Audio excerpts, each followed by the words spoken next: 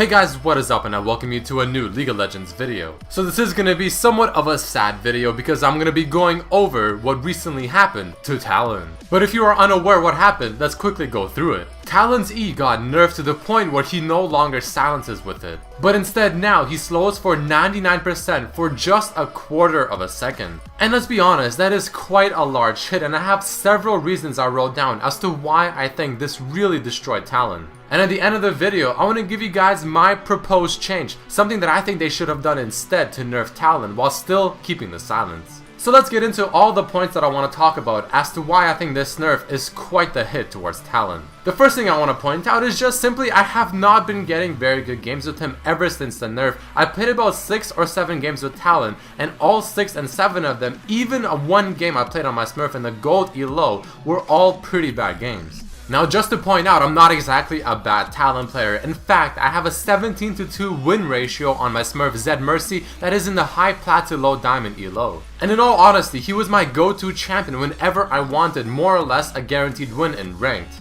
But now I'm quite terrified to pick him. And believe it or not, that one silence is enough to make me feel like that about him. To me, this is one of those things where he feels the same overall. Like, you know, when you play him, you still have the same playstyle, you still jump, you still auto-tag Q, you still use him in more or less the same way. But he feels the same, but he also feels so different. You know that saying that's like, you don't know what you had until you lose it? Well, this is exactly that. Before the silence, I almost always took it for granted. I'm just like, yeah, you know, he has a silence, it's great, whatever. It helps a bit, I guess. But now that he lost it, and now that I'm trying to make the same plays like I would before, and the silence is just MIA completely, I can really feel the impact. So now let's go slightly more in depth as to why I think the silence hurt him so much. The first thing I want to point out is his new E, the slow, the 99% for a quarter of a second does seem somewhat trivial. Because one of Talon's main spell that you rely on for almost half the game as your primary damage, his W, does have its own slow built in. And the slow that it provides is usually more than enough. But with that being said, the only usefulness I found so far for his slow is during the laning phase whenever your jungler comes in for a gank, especially someone like Elise, Amumu, or Vi, someone with a skill shot.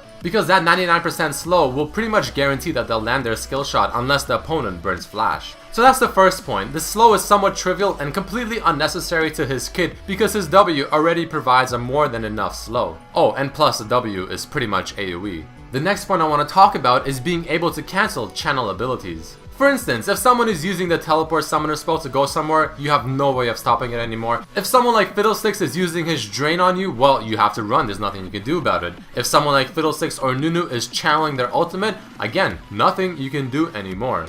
At least Kassadin's silence got removed, but he can still cancel channel abilities. The next point I want to talk about that I think is a very solid point, and something I really never thought about, is the fact that Talon is the only mid lane meta assassin champion that has one gap closer. Think about it, Zed has his W and his ultimate, Fizz has his Q and his Trickster, Akali has 3 dashes on her ultimate, Katarina has her Shunpo, which obviously can reset and she can keep using it, and Yasuo has several dashes with his E. All of those assassin style champions have several ways to continue to stick onto their opponent. But Talon before and now only has his E, but at least before, with the silence, he can actually stick on his opponent because they're unable to instantly react and just completely get away. But with the new Cutthroat, the opponent can easily just flash away, use some jumping ability, or someone like Tristana can just ult you away and or jump away, and you have zero way to follow up.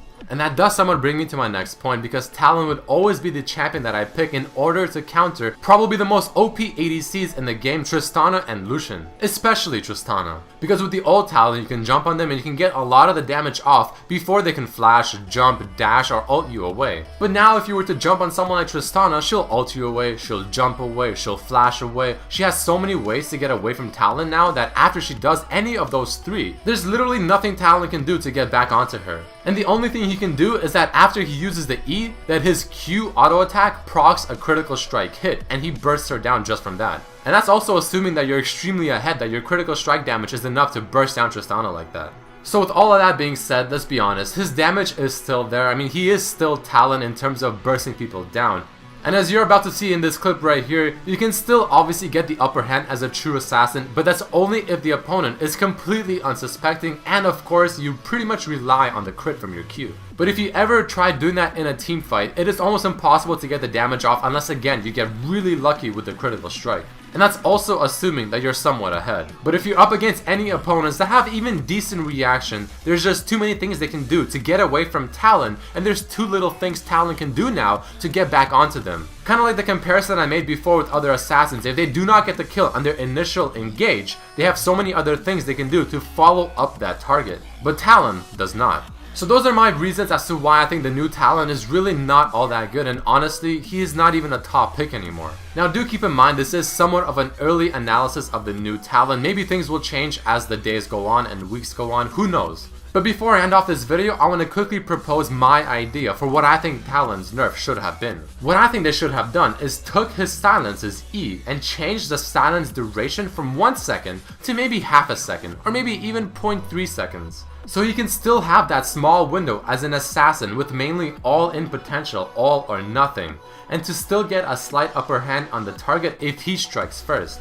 And he's still able to cancel channel abilities like Malzahar, Ultimate, Nunu, Fiddle, or even stop teleports, and still give him the true assassin feeling rather than what he is now. A very risky assassin, someone that is not reliant anymore, and someone that just lost a lot of important utility. All they did with his E is just give him something he already had with his W.